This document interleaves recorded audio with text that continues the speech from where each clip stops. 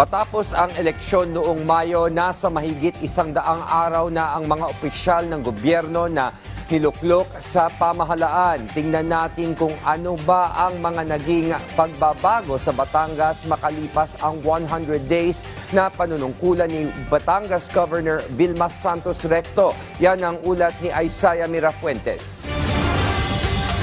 Matatag na Batangas. Ito ang binabandera ng mga Batanggenyos sa administrasyon ni Governor Vilma Santos Recto.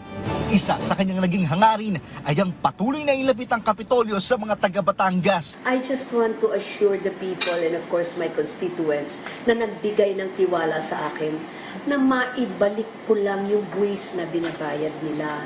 Yun ang lagi kong pinapaalala sa kanila. Even all the ayudas na binibigay sa kanila, hindi ko pera yan. Sa kanyang mahigit na ika-100 araw bilang punong panglalawigan, malaki sa pondo ng probinsya ang inilaan sa kalusugan at edukasyon. Naging prioridad din niya ang pagtatayo ng mga ospital.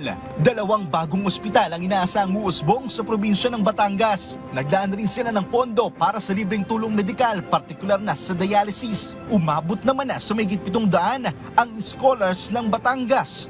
Milyong-milyong pondo rin ang kanilang binibigay para sa pagtatayo ng mga bagong silid-aralan. Nagkakabit din sila ng mga libreng internet sa mga liblib na lugar. Dagdag pa rito, sinisiguro rin ng Kapitolyo ang kaligtasan ng mga Batanggenyo. Nakapagtala tayo ng zero crime days sa iilang pagkakataon dito sa Batangas. At sa tulong po ng teknolohiya, mas mabilis at epesyente ang tugon po ng ating mga kapulisan. Para kay Gov. Vilma Santos, isa rin sa malaking tulong sa kanyang karera sa politika ay ang kanyang asawa na si Finance Secretary Ralph Recto. Kaisa niya ang kanyang asawa para masigurong walang korupsyon sa kanyang lalawigan.